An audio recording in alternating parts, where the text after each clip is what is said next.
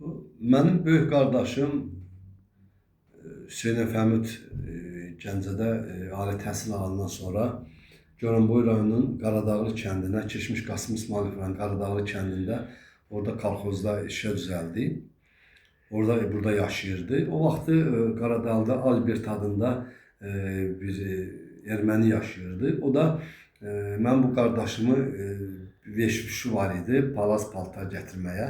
Elə onu Albertdən gəlmişdi ki, onu gətirərlər. Albert gəldi, oturduq bizdə, bir gün də bizdə qaldı. Sizin kəndinizdə? Aşağı Şoruzda, bəli, Basaküçə rayonunun Aşağı Şoruz kəndinə gəldi. Bir gecə də bizim qonağımız oldular. Orada Albert dedi ki, mən sizin evdə çörək kəsmişəm. Bir zarafat da eləyirdi ki, mən yaxşı adamam, heyf erməniyəm. Mən sizin evdə çörək kəsmişəm, mən bunu sizə deyirəm, mən bu sizin qardaşınız həmtində xətrini çox istəyirəm. Yəni mən bunu deməyə borçlu değildim, amma məcburam bu sözü sizə deyəm ki, siz buradan köçün, sizi buradan çıxardacaqlar, sizi buradan bir neçə ilə buradan çıxardacaqlar. Evinizi satın, köçün buradan. Biz inanmadıq, yenə vətən sevgisi bizi bağladı, amma biz heç fikirlərinə o qədər də fikir vermədik, amma çox təəssüflər ki, doğru çıxdı. Deməli, bu söhbət 1984-cü il iyul ayındadır. Dəqiq mənim yadımdadır ki, mən onda Gəncəyə gəlirdim, elə mən də ondan gəldim, iş verməyə gəlmişdim instituta, ali təhsilə. Kənd Sərfəniz iş vermək üçün gəlmişdim, elə də mən bax elə, onunla gəldim, onda bəli. Dedi ki, siz buradan köçün, sizi buradan köçürdəcəklər. O Albert indi harada yaşayır, bilmirsiniz? Albert Rusiya köçdü getdi. Əlaqəniz var mı? Yox. Ondan Rusiya köçdü getdi. Ona görə də onun ermənilərlə o vaxtı bizim elə bir tanışlığımız da yox idi. Bəlkə də yerli Azərbaycan bu kəndin sakinləri onlar bilərlər onlar hara gedir. Amma yəni bizim o qədər tanışlığımız olmadığına görə elə biz gələndə 88-də onlar da buradan getdilər, köçdülər, getdilər. Amma eşitdiyimizə görə Rusiya gedib. Krasnodarda olur deyilənə görə. Amma bilmirəm dəqiq. Soyadını da bilmirsiniz. Bəli. Yəni bu ermənilər bunun üstündə onların özlərinin fondu var idi. Fondunun adı da bilmirsiniz. Fondun Daşnaqçının partiyasının fondu var imiş. Əminsiniz ki, məhz Daşnaqçının partiyası idi. Məhz onların başqa elə bir türklərə qarşı olan ikinci bir terror təşkilatları onların çoxdur. Asala terror təşkilatları. Əsas odur ki, o bilirsiniz, o fərqli təşkilatlar idi və hətta bir-biri ilə mübarizə aparırdılar. Ona görə mən konkret olaraq soruşuram. Onu dəqiq deyə bilmirəm. Amma yəni onların fondları var idi ki, türklərə qarşı pul yığıb bu işi görülməsi üçün. Onlar pul yığırdılar. Siz o məhz Daşnaqçının adını eşitmisinizmi özünüz? Onu ola bilər səhv məlumat verirlər, amma bəlkə də bildiklərinə görə elə onu deyirlər. Ola bilər başqa fond adı olar, amma fakt yəni deyirdilər.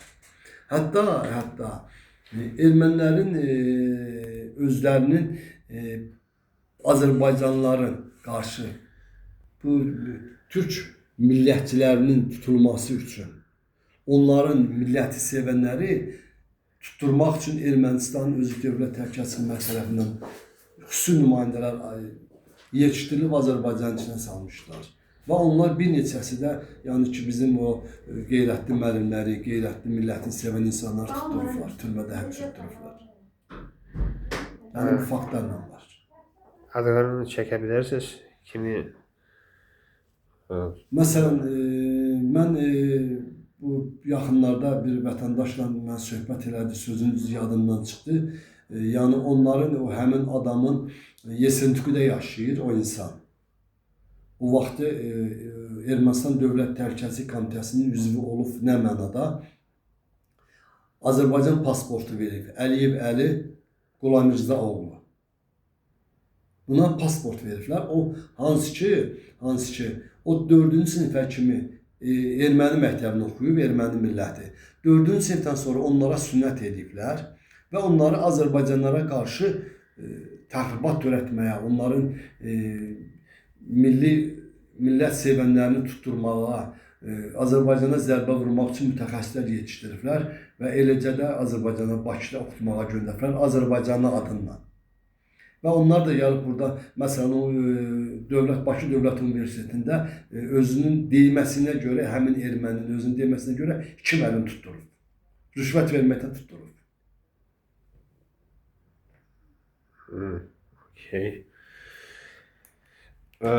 Daha hansı məlumat verə bilərsiniz o gizli fəaliyyət barədə? Ermənilərin ümumiyyətcə türklərə qarşı çox təəssüflər ki, yəni mən ədəbiyyat məlumatlarıyam, amma real yaşlılar çox qəşəng bilirdilər ki, ermənilər türklərə qarşı hansı təxribatlar da hazırlayıblar, hansı təsəvvür eləyin, gör necə bir qatı ifratçı millətdir ki, zorbalayan bir adamın 13 yaşlı qızın dərisini soymaqdan neçə yaşında öləcək.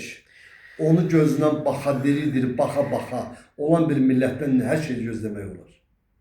Bəli, bunu deyilir, amma mən özüm bilmirəm o harda yazılıb, amma mən yoxlayacağım.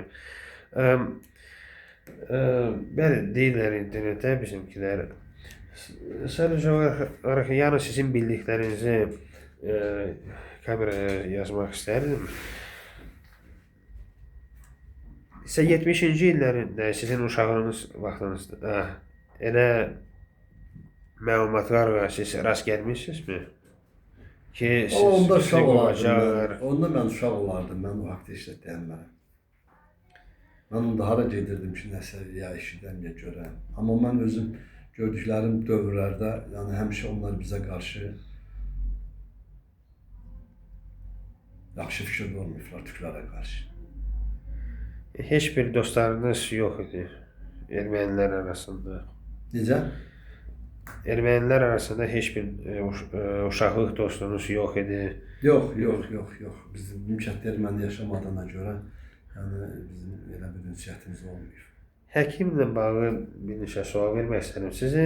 Sizə əməliyyat eləmiş həkim sizə qarşı hansısa təhqirlər xeyr, mən uşaq idim, mən nəyimi təhqir eləyəcək?